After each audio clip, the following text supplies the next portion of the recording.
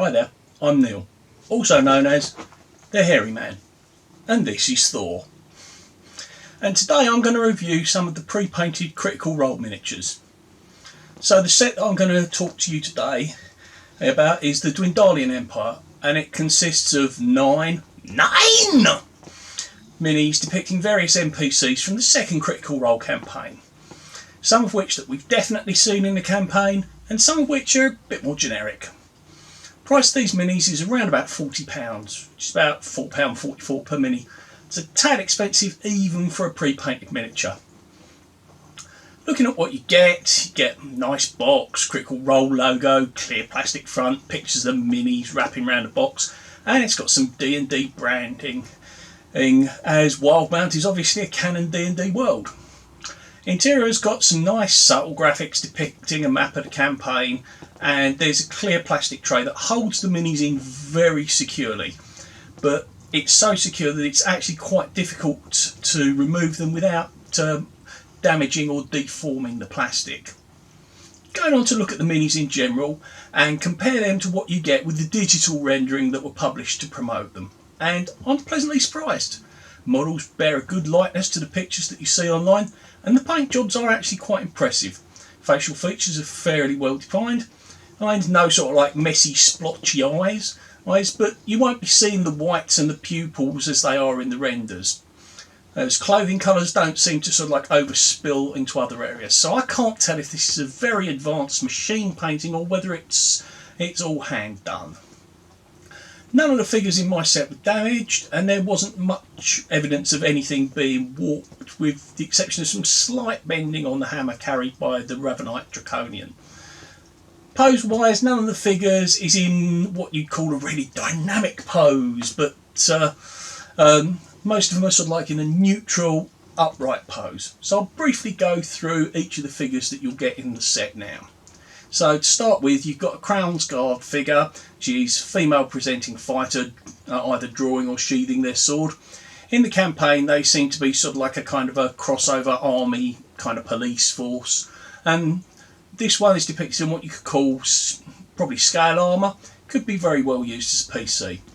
The problem with set boxes where you know exactly what you're getting, as opposed to sort of like blind boxes, is you're only ever going to get one of everything, and sort of like militias or armies, it's something that you might want to have more than one of. But this would work well if you're using it as a squad leader and maybe using some other minis as guards. So next up, we got the Drakon Blood Dragonborn. Now, these are the dragon-based humanoids who have got tails in the Critical Role campaign, as opposed to having no tails. And in this one, they're depicted wearing light leather and fine cloth, with their hand resting upon their sheathed rapier. It's quite a haughty pose. And again, you could either use this as PC or NPC. Also, quite liked having like the ring on the tail wall as jewellery. Dwendalian Aristocrat is again kind of neutral pose, sort of hand on the belt, very nicely detailed, very opulent clothes, no real obvious weapons, and this is obviously someone who's either very wealthy or very high status, and could work as a PC that doesn't really like to get stuck into the melee and get their hands dirty. So Dwendalian Farmer.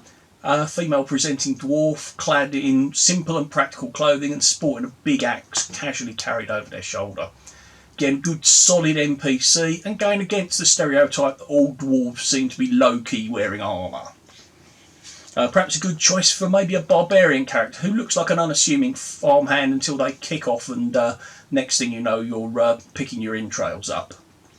Now that figure pairs well with the Hill's Pride Farmer, which is a male dwarf wiping sweat from his forehead as he carries his basket of produce.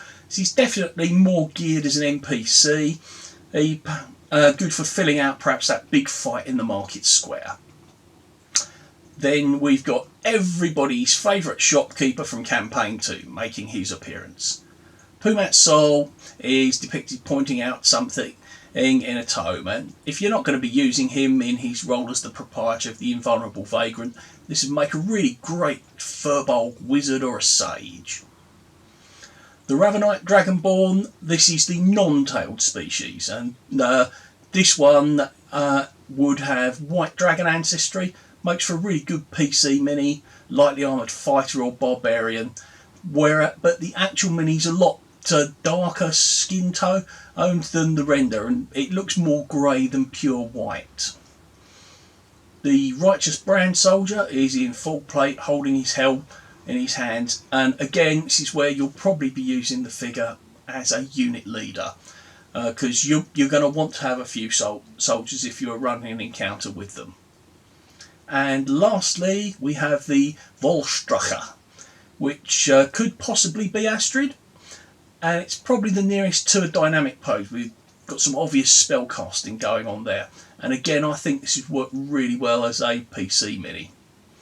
So overall I like the paint jobs, and while the sculpts aren't very action orientated, the minis they're very well detailed with lots of character. They're on the new kind of clear base, so they'll fit in with whatever you place them on. Now I'm undecided at the moment whether I'm a fan of this or not, because I do like to add a little bit of flair to bases, you know, maybe gluing a skull or some rocks or something onto them, but I feel that on a clear base it'd be a bit of a waste here. Now the markings on the underside of the bases are very, very difficult to read, so I did have to resort to the web to identify them, but overall this is one of the best pre-painted sets of minis that I've seen. That being said, I wasn't a fan of how difficult they were to remove from the packaging, and this feels like it's more of a collector's set than one that's going to see a lot of gaming time on the table. Now, while this is fairly easy to grab these off of the internet, I wanted to take some time to give a bit of a shout out to my friendly local game store, Mondo Comico in Bishop Stortford. Pandemic has been pretty rough on bricks and mortar stores, so if you can show them some love and go in there now that the restrictions are starting to lift, famous last words there, show your local game store a bit of love, because they don't have the cash to send their owners into space, but they could sell you something that could take you to another world. Alright, so from the hairy man and his hairy friend here, signing off. So take care of yourselves, and please, if you feel like it, like and subscribe. I do videos about mostly all kinds of role playing, from live role playing, in tabletop role playing, in pretty much any kind. Been doing it for years. So take care of yourself, and I'll see you soon.